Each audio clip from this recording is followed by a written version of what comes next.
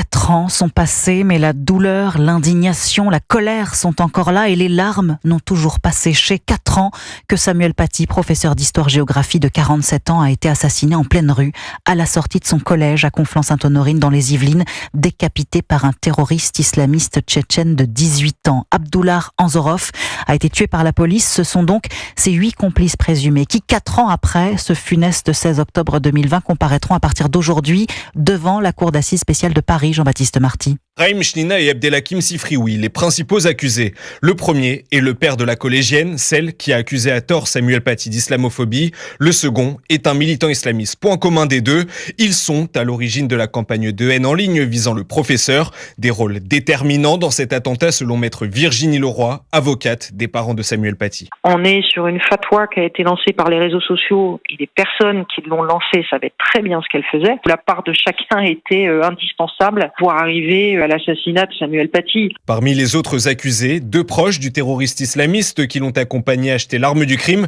et des internautes qui ont participé à cette campagne de haine en ligne visant le professeur. Pour maître Virginie Leroy, tous ont donc joué un rôle de près ou de loin dans cet attentat. On demandera à ce que toutes les responsabilités fassent l'objet d'une déclaration de culpabilité avec une peine qui doit être forte. Le procès doit durer 1 mois et demi. Le verdict est attendu le 20 décembre prochain. Jean-Baptiste Marty du service police-justice d'Europe 1.